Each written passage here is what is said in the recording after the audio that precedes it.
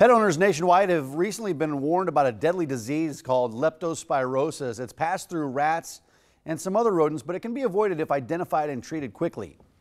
Here to discuss ways of keeping our pets safe, as well as sharing tips on how to spot warning signs, the symptoms, and some of the risk factors, is veterinarian Dr. Richard Goldstein. Good to see you, doctor. Thanks for stopping by this morning. Oh, thank you. I don't think a lot of people are familiar with this. I guess, what is leptospirosis? Leptospirosis is a bacterial disease of dogs and actually people and other mammals as well.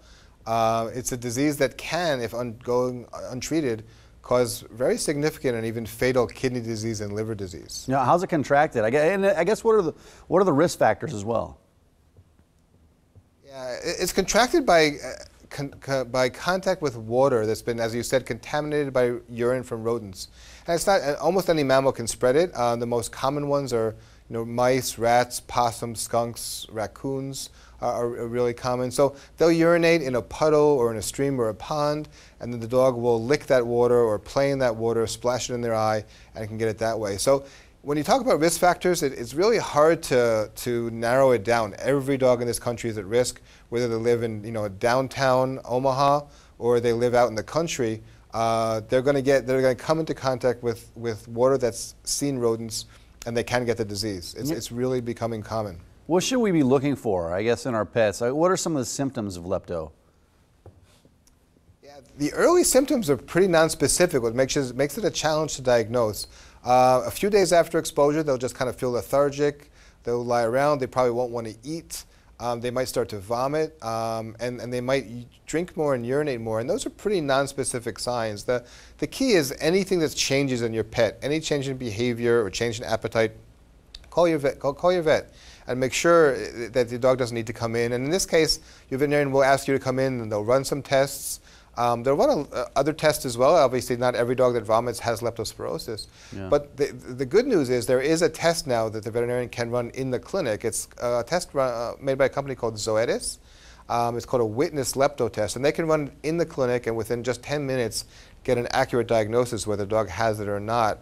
And that's really important because that enables early treatment. And early treatment, as you suggested, is key. Yeah, is there anything we can do in advance as pet owners? I mean, what can we do to protect our pets? In this area, we've had a lot of rains. There's lots of standing pools of water. There's puddles. I mean, is there anything we can do in advance to protect our pets? Absolutely. We're seeing a lot more. Yeah, absolutely. And we're seeing it a lot more this year with all the rain. Prevention comes down mostly to vaccination. You're right. We can't not allow them access to water outside. So it really comes down to vaccination. There are very good vaccines for this disease. They're very safe and very effective. And every dog in this country, definitely in Omaha, should be vaccinated, or in Nebraska should be vaccinated. It should be a core vaccine. So what I recommend people do is ask your veterinarian, is my dog protected? And if the answer is yes, great. If the answer is no, when can I come in to get it done? It's a 2-time series initially, and then annual after that. It's very effective. So vaccination first. And then if not, and they do get exposed, they do have symptoms, it's early detection. Yeah, so there's a vaccination for it. That's good. Are humans at risk if their dogs contract or are infected with it?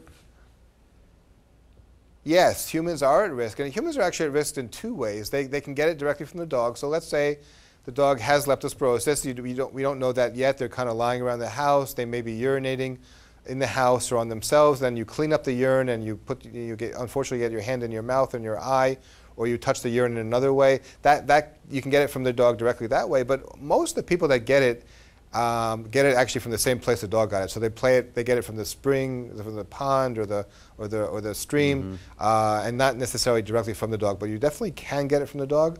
Another reason why we should really stress prevention and then early detection. Once they're treated, you won't get it. So early treatment is important too. Yeah, doctor, do you have a place where our viewers can go for more information? There's a lot of stuff we haven't touched on this yet. Absolutely. So the Animal Medical Center in Manhattan, where I work, has a wonderful website for information for pet owners. It's www.amcny.org, www.amcny.org/health education. And then the company that makes this new test, that makes the vaccine as well, is called Zoetis, Zoetis. And their website is zoetisus.com/lepto, zoetisus.com/lepto. Tons of good information there. Again, read about the disease, learn about the disease, talk to your veterinarian and talk about prevention, and if they're not feeling well, early detection. Gotcha. Doctor, thanks for the information today. We appreciate it. Thank you. You bet. Kelly, over to you.